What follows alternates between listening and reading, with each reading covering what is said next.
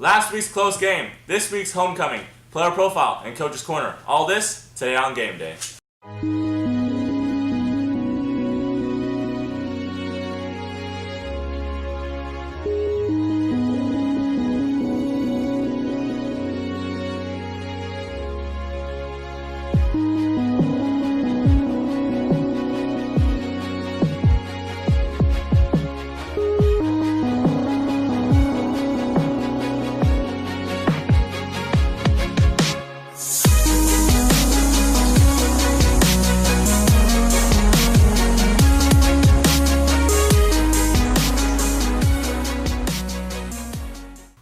Hello and good morning, Casa Roble. I'm Brennan McCarthy here with my fellow sports analysts once again, Marcus Sampson and Michael Povey. Last week the Rams traveled to El Camino's brand new turf field to face off the Eagles. How did they do? Well, Brendan, it was a really hard-fought game. The Rams almost came back in the end. However, they were not able to pull it out, so it was a very tough loss, losing 9-6. Alright, well in case you guys missed it, the Rams did play the Eagles. Starting off the game here, the Rams are in a 3rd and 5 situation. Charles Hubbard rolls out to the left, spins off the defender, and darts the ball into Michael Povey, saving the drive. Rams back on offense now is going to throw the screen pass to sophomore running back Jake Erickson, who gets upfield and saves the Rams from being back 15 yards.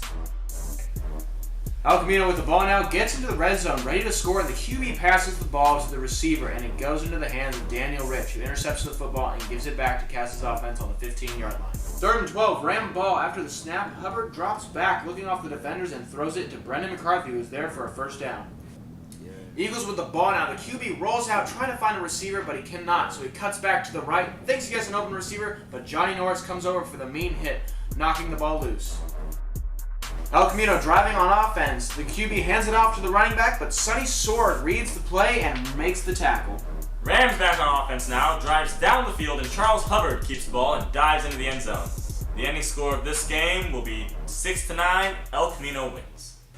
Even though the Rams did lose this game, they had 104 passing yards and 222 rushing yards. 168 of those yards being sophomore running back Jake Erickson. And I think that is a key stat, Brendan. With Gabe Alvarado, our star running back, being out, he did a fantastic job stepping up in his first varsity game.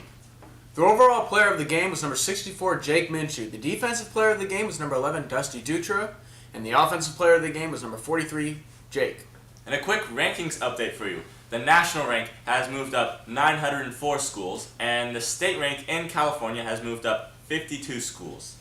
This week, Brendan, the Casa Roble Rams have their homecoming game versus Mira Loma. To get a little inside look and what we might be seeing from that school, we're going to go to Marcus in his little corner. Marcus? Thank you, Michael. As you can see here, Mira Loma is going to run a very basic pro-style offense. They're going to have a tight end, a fullback, a running back, and the quarterback's under center. They also have 2 wide receivers. Defensively, they run a very basic defense. They have a 4-4 cover 3. The 3 DBs are going to cover deep third, and the outside linebackers will cover the flat areas. And back to you guys. And thank you, Marcus, for that detailed look on Mira Loma's playing schemes. One player we're going to expect a big game from this week is our center, number 56, William Young. Senior captain and starting center Will Young stands at 6'2" and weighs 250 pounds. He's also this week's player profile. With his attitude and effort, through hard work, Will Young has become a team leader. I see myself as a team leader by keeping a positive attitude, making sure the O-line's in check, and hey, the O-line, that's where it's at right there, baby. William hasn't always been a starter. However, through hard work and dedication, he has moved up through the ranks over the years, and now he's at senior starting center for the Casa Roble Rams. Well, freshman year, I didn't really start on the field that much, but coming up to varsity, I just worked hard on the off season and got bigger and stronger with the weights, and just worked hard.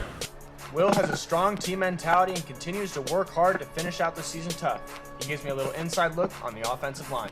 The mindset of the offensive line in games is just to beat the guy in front of us, make sure we get to where we're supposed to be during the play. If it's a screen, get to the linebackers. If it's a pass, then to block the guy right in front of us. And when we come off the sideline, it's just we talk about what kind of plays are working for us and what kind of plays aren't working for us and narrow it down to how many plays like we have for this game. Will is a crucial part of the offensive line and the offense itself. Let's hope he has a great game tonight against Mira Loma. Yes, we can expect a big game from our center Will Young, being his senior year homecoming game. Moving on, we have Michael Povey with this week's edition of Coach's Corner. Good morning, Casa Roble. I'm Michael Povey, sitting down with a man who needs no adjectives to describe him, Mr. Coach Ryan. Thank you for being here, Coach. Hey, nice to be here. All right, so how was the game last week? It was a tough loss, but what were some of the positives you were able to get from there? Well, I think offensively, Jake Erickson, a sophomore we brought up to replace Gabe, ran the ball really well. Offensive line, after our first couple of series, blocked well. We threw for over 120 yards. We had 300 yards of offense. Defensively, we held them to one big play. Unfortunately, I think we made enough mistakes that we didn't actually win. Right, that was a tough loss, but looking on to this week, Mira Loma homecoming. How much is the homecoming mindset, you think, going to affect this game, if at all? Well, coaches always worry about the distractions of homecoming, and you always kind of worry about what your players are thinking about, but I don't think most of my football players this year probably don't have dates, so there's probably very few distractions. But seriously, I believe that we're going to take care of business on Friday night, and then we'll worry about the dance stuff on Saturday. You know, Mira Loma is not the best football team we've ever heard of. Is this affecting practice? Or, are you already looking forward to Christian Brothers? And if so, have you already started preparing for them?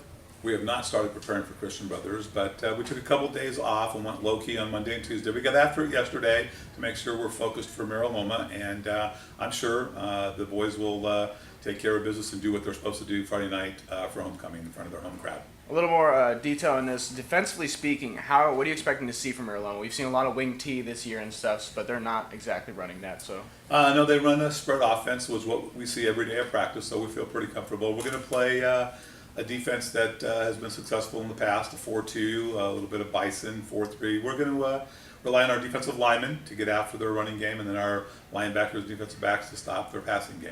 Fantastic. Well, that's all I got for you this week, Coach. Thank you for being here. Okay, thanks for having me. And that concludes this week's edition of Coach's Corner. Coming out of Coach's Corner now, we have some key questions for tonight. And the first key question is, it's homecoming week, and we know the Rams could possibly be distracted by all of the festivities. How do you guys think the Rams are going to play with this? Well, Brendan, the Rams, I think they're going to be fine. Mira Loma is definitely not one of the best teams we've seen in a very, very long time.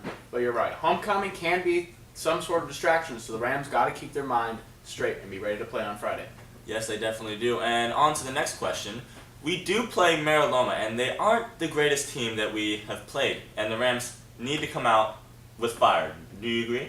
I agree. I mean, this could be considered what they consider a trap game, where you get caught up preparing for the next game, which is Christian Brothers, but we got to focus on this week's game and come out with a big win this week. All right. Yes, they do.